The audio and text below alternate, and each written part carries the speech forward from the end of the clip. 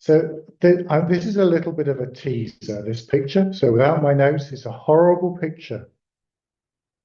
This picture represents the first, if you like, foundation of the research project, which is the nature of reception history. The title of this picture by Philip Evergood is The 100th Psalm. And we'll return to this. It's a dark picture and I'll put it on a full screen. The second foundation of this thesis is the nature of the Psalter. The Psalter is more of a movement, or can be thought of.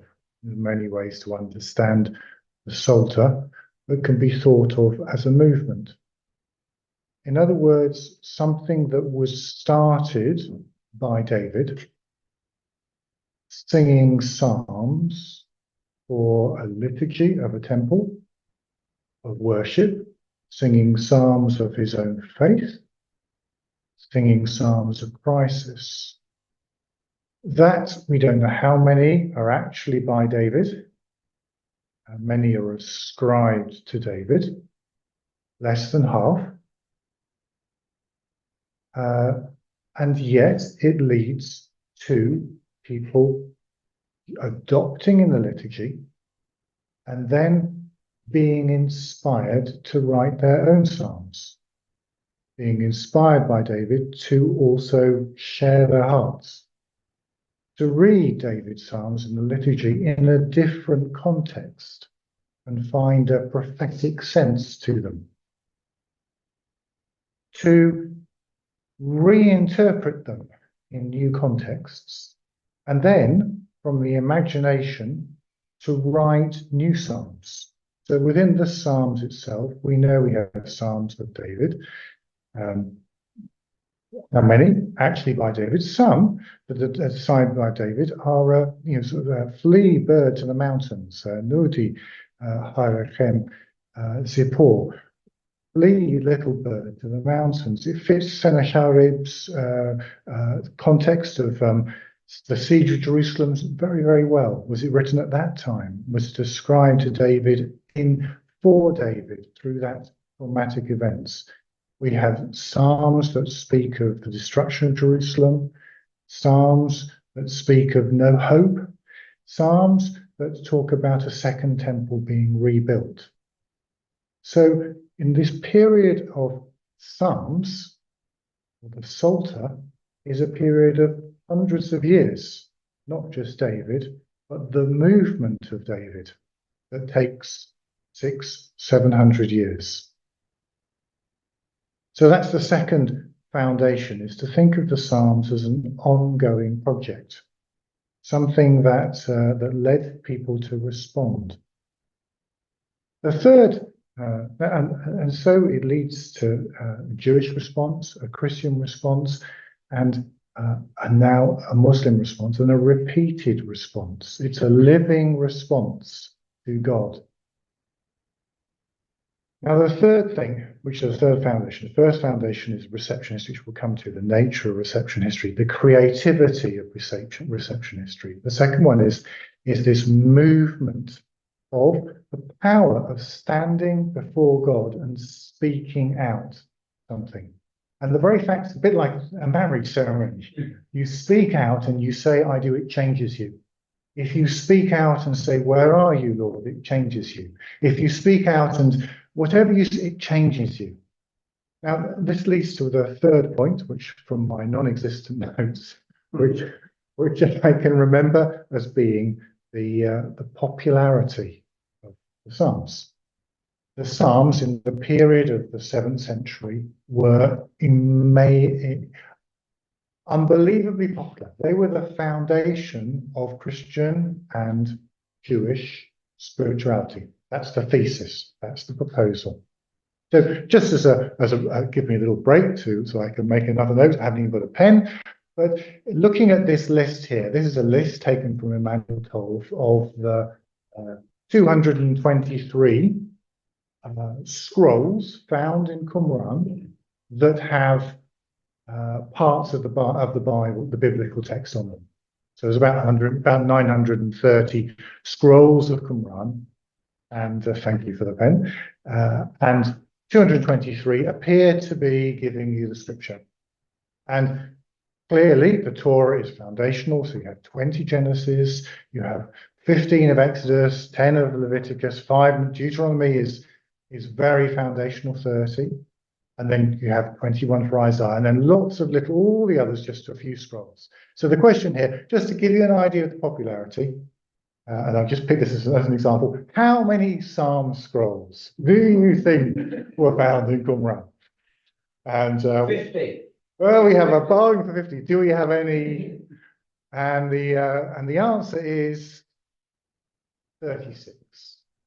So only just the most popular, only just, but in the context of the Torah, maybe that's significant. Certainly in the Mishnah, we have records of a psalm for every day. In the Talmud, the recommendation that every Jew who pray morning and evening and noon will be saying Psalm 145 twice. In the Dead Sea Scrolls, we have Psalm 145 with extra responses in them. Part of that creativity of making the Psalms even better, of imagining and writing new Psalms. So the next question on my popularity scroll, and Richard, you can have this. You can have the go for this one because you did so well the last time. So this is a monastery of Rechnau. Now I've just chosen this because this appears in Derek Olson's book of the Honey of the Souls, Cassiodorus and the Psalms. So in the medieval period, in the late antiquity, Cassiodorus is this century, I think. The whole of the scripture, the whole of the Bible goes into the Psalms, and in fact, the whole of everything you want to know about the whole world goes into the Psalms, and in his exposition of the Psalms.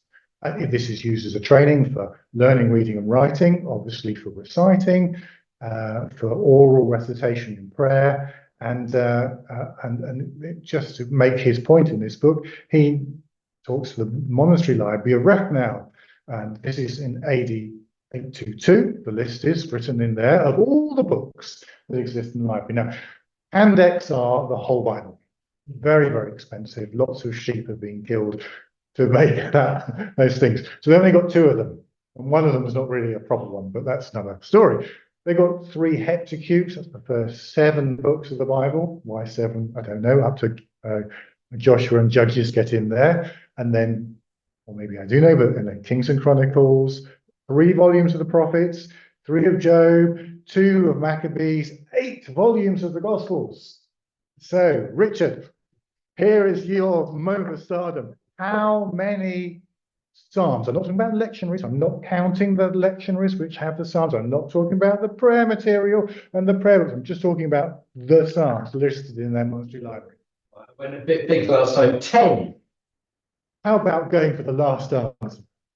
50. Yes, 50. 50. So essentially, there's something special about the Psalms. There's something that's unique in them. They carry much more than you think they should. In the case of the Christians of the late antiquity, the whole of the gospel. The Jewish prayer becomes David as they pray, and enters the whole history of Israel, and recites in Hebrew and stands before God and goes through the tragedy and the joy. And the Christian who stands and prays through David enters into the mind of Christ, the suffering of Christ, the joy of Christ, and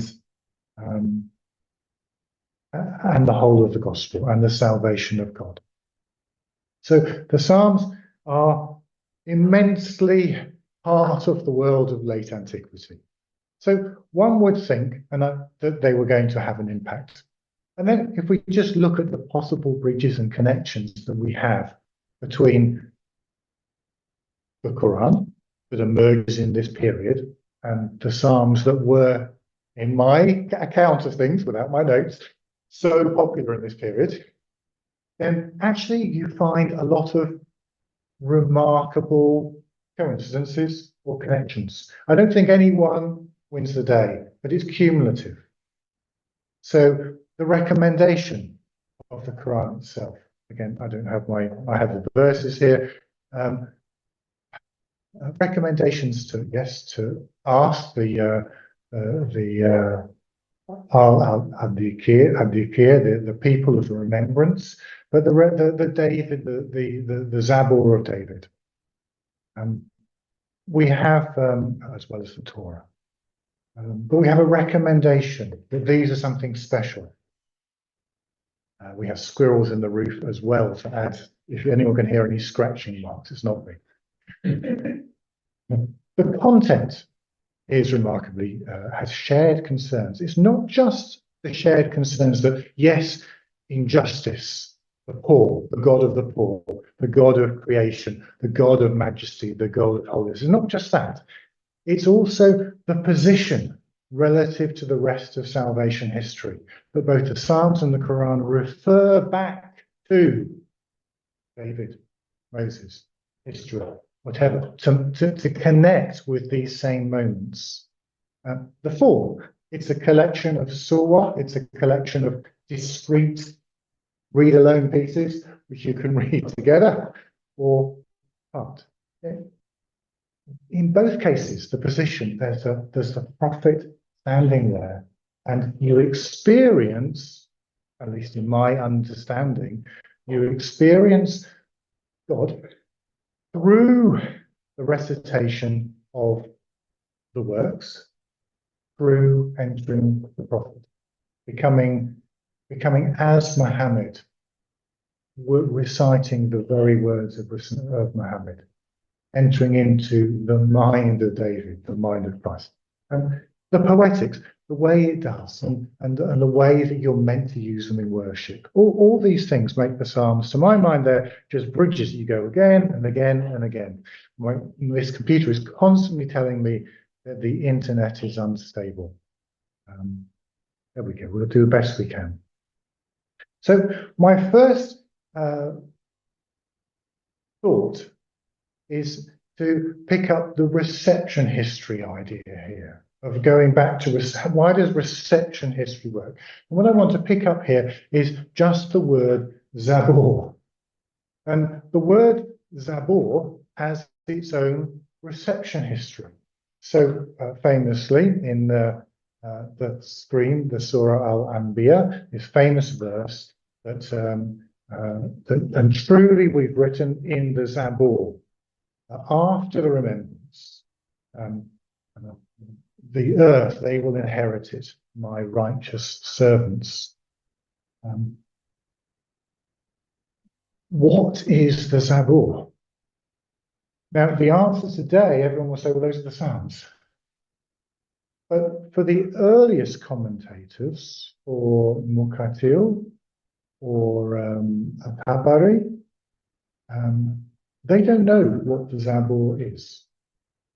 They said, well, David isn't mentioned in this verse. This isn't clear that this is David.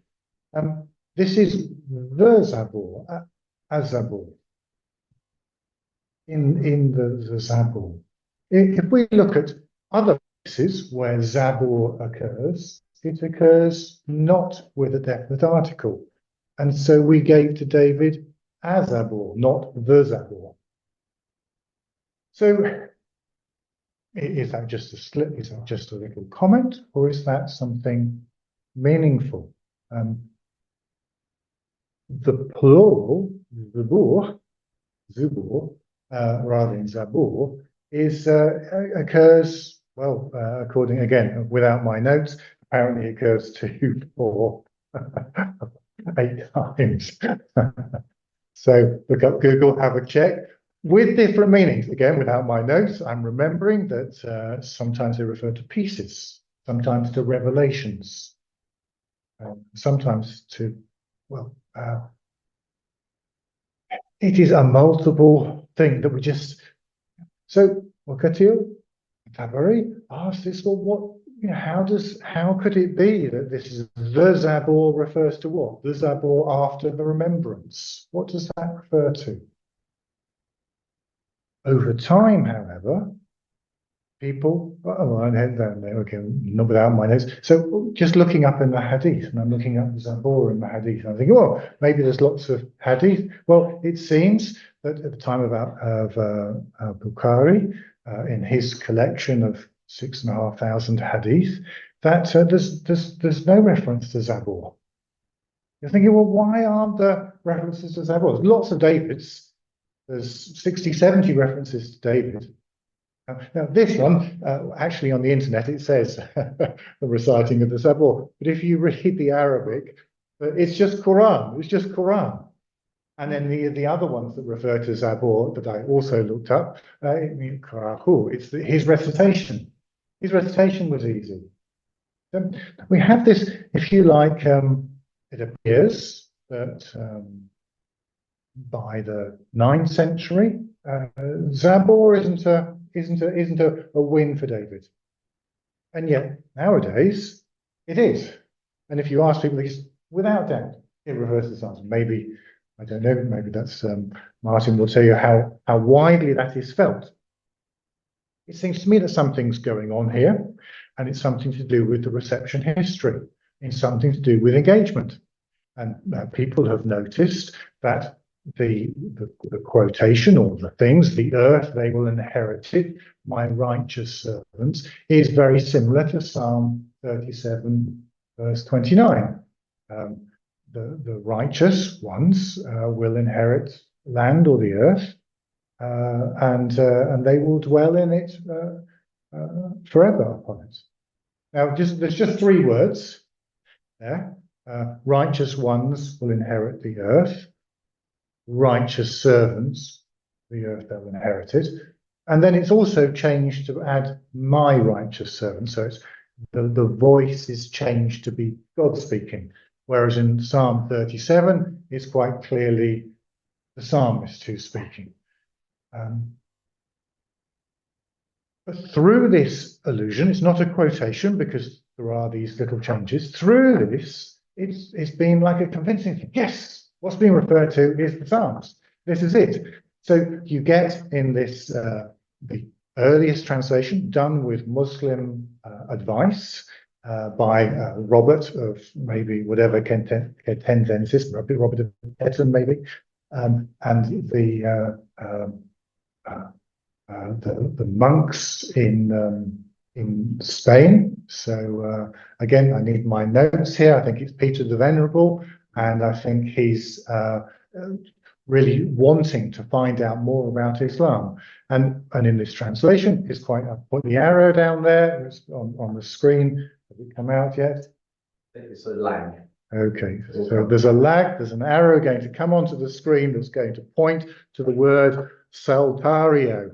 And then there's a reference to Psalm 36 in the side notes. Translated 1145, republished properly 1543, with a preface by Martin Luther saying this is quite good if Christians should read this. But it becomes like a fact. It becomes something that is accepted within Christian thought because of this allusion. And also, it appears within Muslim thinking that, yes, this could well be, and this could well be the reference. It's by engagement. It didn't happen at the time of the Qur'an, in the Hadith, but as through Muslim history and Muslim imagination of who is David and where does he appear and what might this be, that actually the whole process continues. It goes on. It's living. Okay, here we go. A little teaser to wake people up. Anyone want to guess where this is? Again, without my notes, I'm going to tell you, but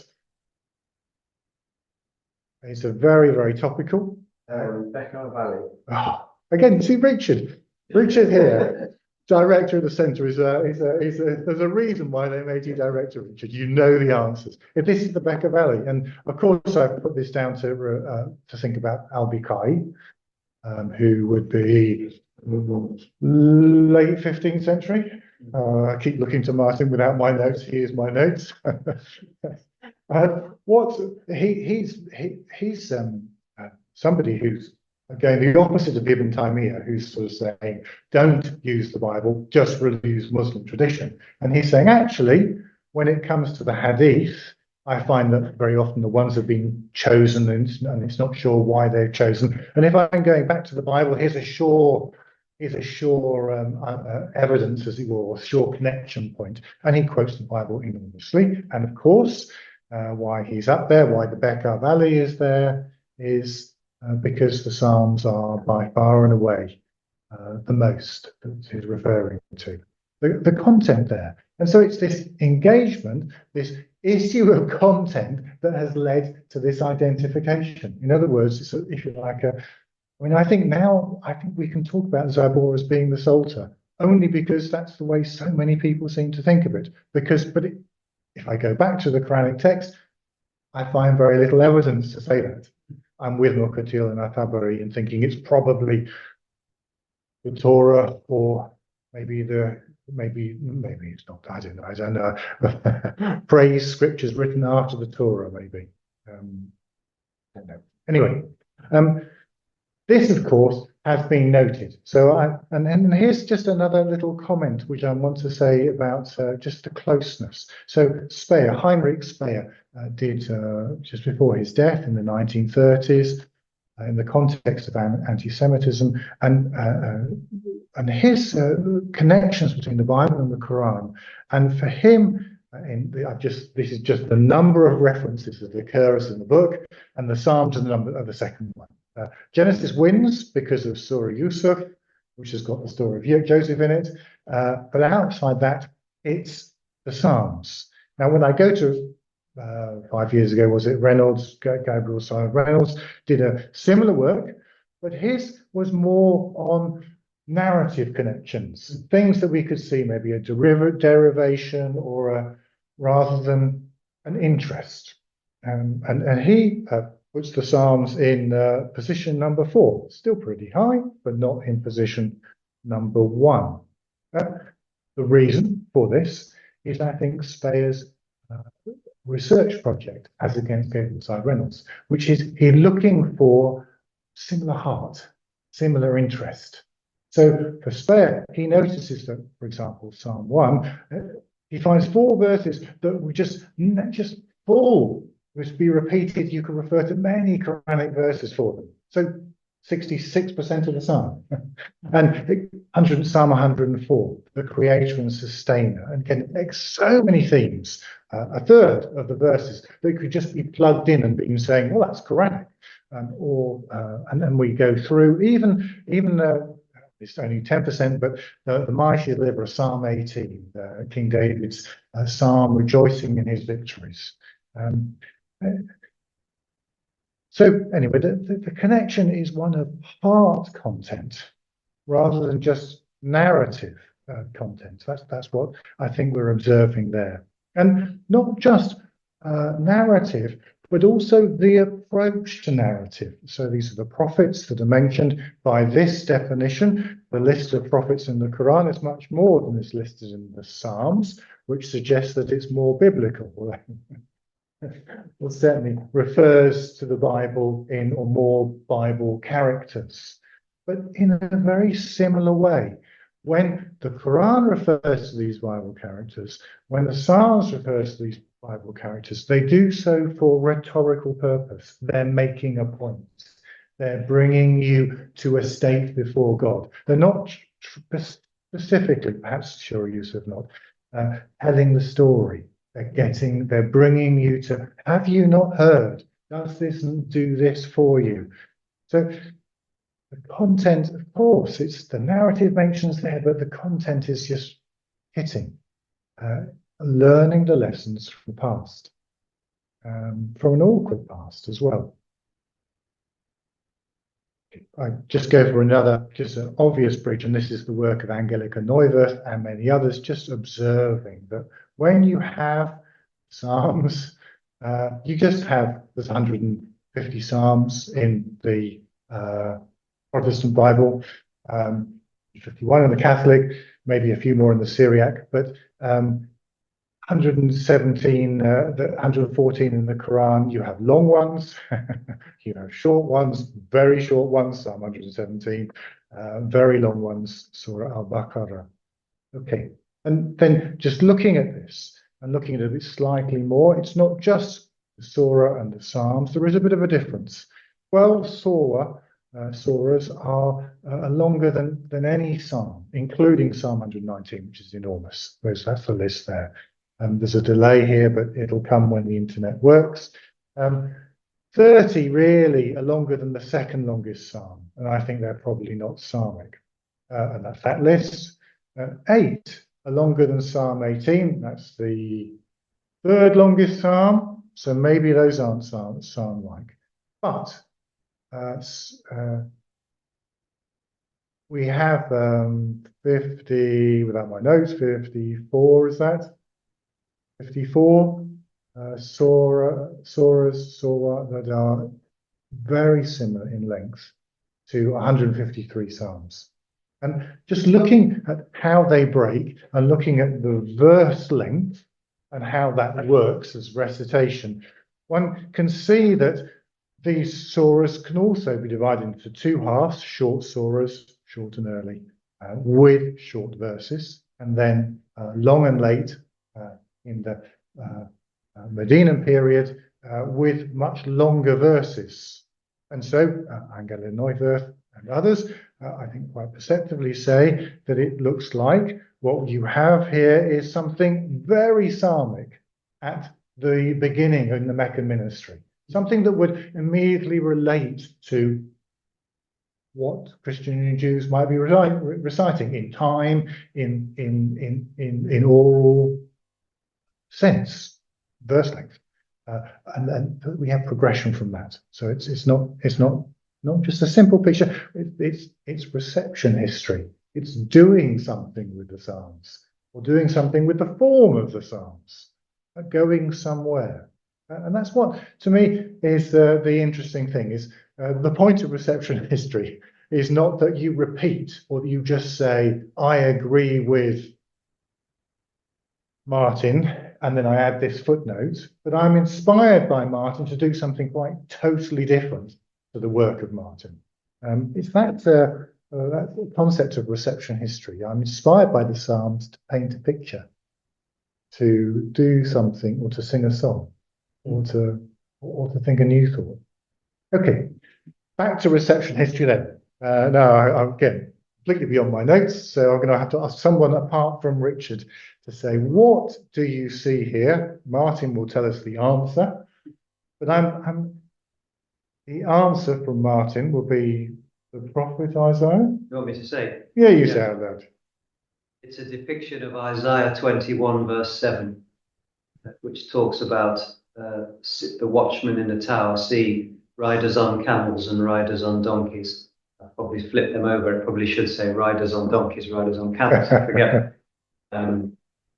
Yeah, very good. And then the two riders would be the one in blue. This is according to Muslim exegesis. There's no biblical tradition, I don't think, of this interpretation that the rider in blue is Jesus, and you see he's sort of pointing a hand towards the rider in green, taken to be Muhammad.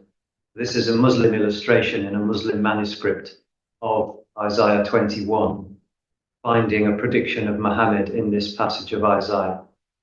Very good. Now, from me, from reception history, what I would like to do is just look at the picture and say, what do you think?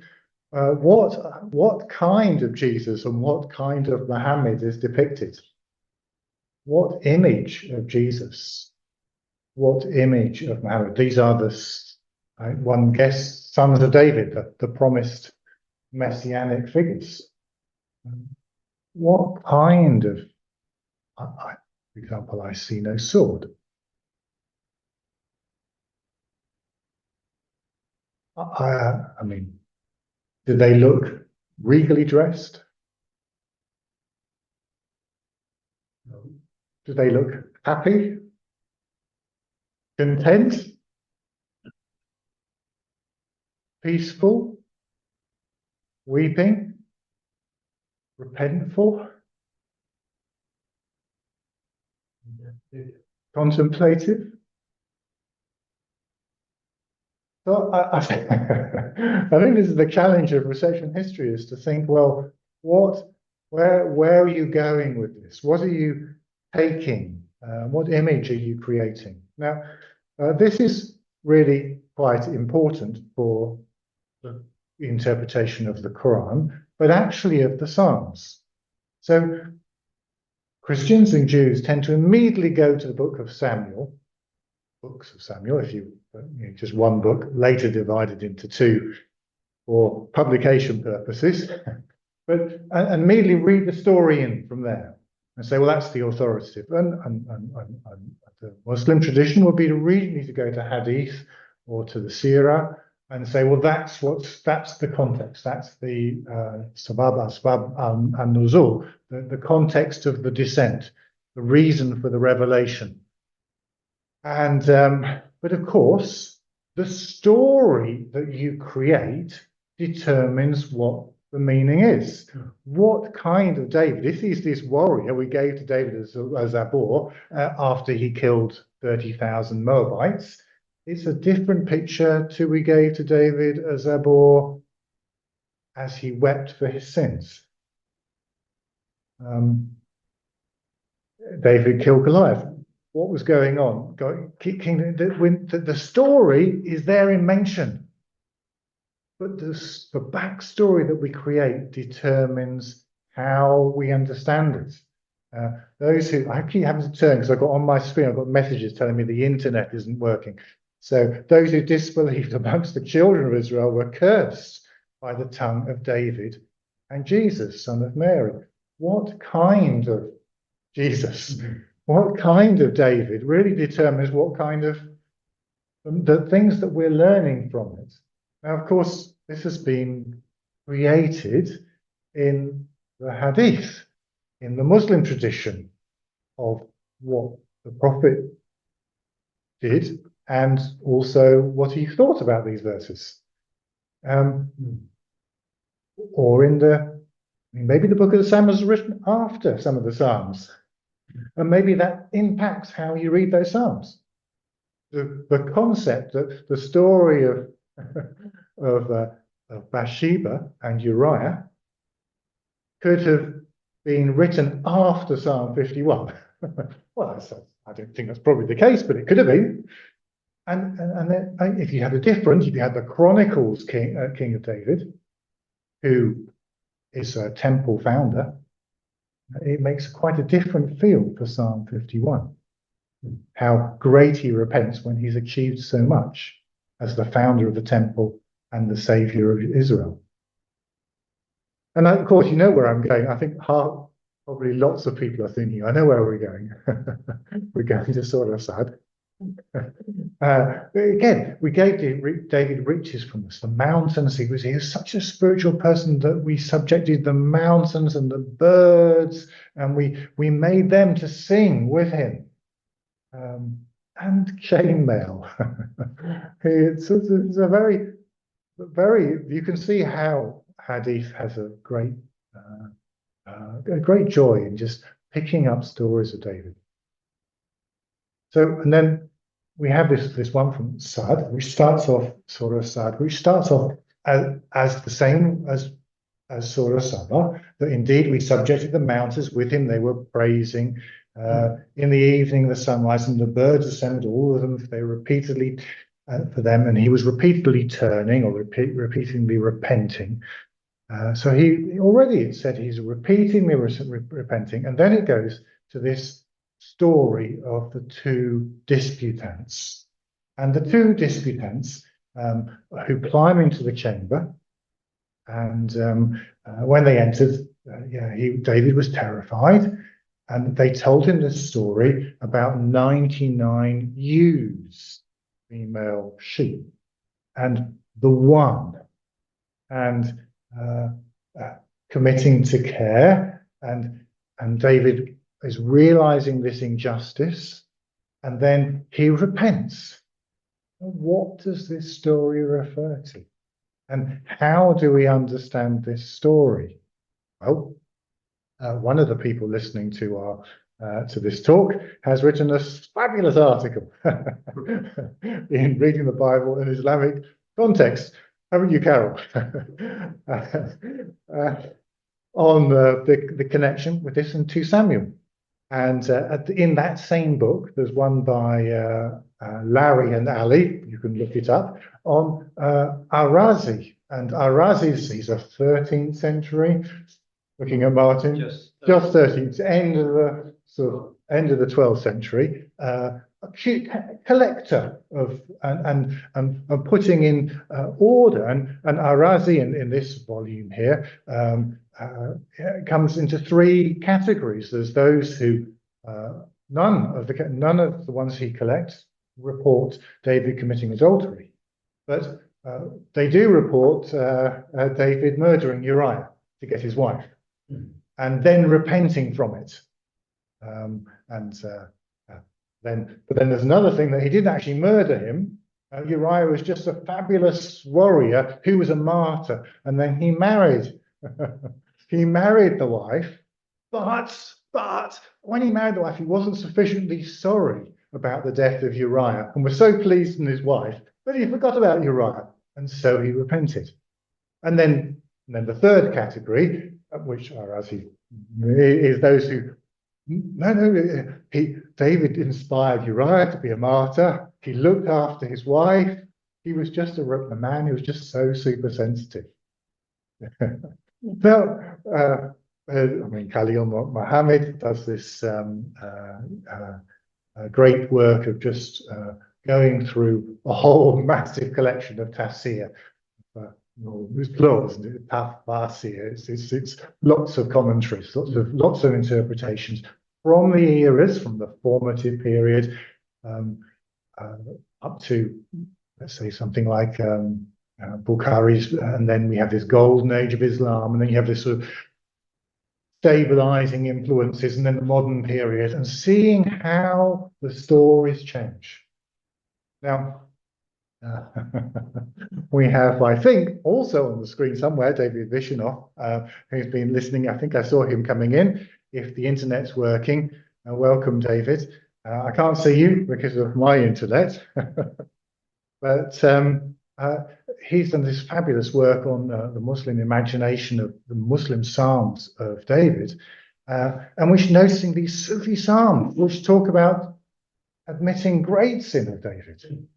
Now, all of this is happening in this great wheel of reception history. It's not just the Quran coming in and coming, but it's then keep on thinking, keep on working, keep on reworking. Why? Because I think the Psalms and the Quran are so powerful, this speech act of worship. And so, I mean, the other resources, how I'm doing for time, I think I'm coming to the end. I must come to the end. So Magenze, if I haven't got time, but to just talk about, so he's just putting together all the stories of David's libido, of the Prophet Muhammad's libido, their immense spirituality, their compassion, their wisdom, their competency, their ruthlessness, their passion, and it's again cumulative that you just see. Well, are you seeing David? Are you seeing Muhammad? And then, yes, this connection, the Quran and the Psalms. Now, another thing that's been noticed, I'm ending now, so that's good. Amazing how I can manage to last so long without any notes. Looking at the poetics of the Psalter, it is quite different. The Quran, listening to the Quran, you have this end-line assonance, where, particularly in the short verses, it just ends every, and you can almost hear things behind the text within the rhythm. You don't have that in the Psalms. You have a rhythm, you have short verses, but it's not that effect. In the Psalms, you have the parallelism, saying it one way and looking at a different angle. Well, you don't have that within the verse as a thing of Quran. But what you do have is you do have a feeling of orality in which the words themselves do something to the soul. In other words, you're drawn in. You are standing before God, and there's something with your language that fits your soul. And so I'm going to end now. So this that's good. So and that's the power, the speech act worship. When standing before God and reciting something that you don't fully understand, but connects you to a backstory that allows you to live your life in a different way. So I now end with the terrible picture, which so I think, around my notes, I think that about good, look it up, born around 1900, died around 1972 or something. This picture is 1938. Have a look at the picture. The picture's key. It's a horrible picture. It's called the 100th Psalm. I'll tell you what I see in the picture. I see 4 people of the Ku Klux Klan singing and clapping. One's playing a violin. Little thing, whatever a little violin's called. Martin will know what's a little violin called, and the others are clapping. And then in the center, in that hanging from that tree and burnt to a crisp, is a human. That is a horrible picture. A burning human? Yeah. Not a cross. Not a cross, a person. Now, the 100th Psalm is a psalm of thanksgiving. And it's thanksgiving to God, and it ends, again, without my notes, it ends with that we didn't make God, He made us. Now, I find this so powerful, it almost brings me to tears just looking at it. Because I think what Philip is saying is these people are singing the song. And in this twisted way, they're worshipping God. I mean, that's just how twisted that could be. Or even giving thanks for how great they are. And yet, actually, the psalm completely contradicts them because they didn't make God. God made them. And they're definitely doing something thanksgiving. They're definitely doing something happy. Now, this has got nothing to do with Psalm 100, except it has everything. This is reception history. It's created something that's overturned and yet brings you back more profoundly too. And actually it's led me, this picture, which preparing a research, doing some research for reception history commentary on the Psalms, this was one of my most powerful pictures. And I thought this led me back to reread that Psalm so detailed and to think so much more. And well, anyway, that's reception history. It's not repetition. It's not just adding a footnote. It's being inspired by the spirituality of Muslims, of Christians and Jews, Muslims, but Christians and Jews, the Qur'an entering into this world. And doing something different. Okay, that's me done. I'm stopping sharing, and let's have some questions and wonder what my notes said.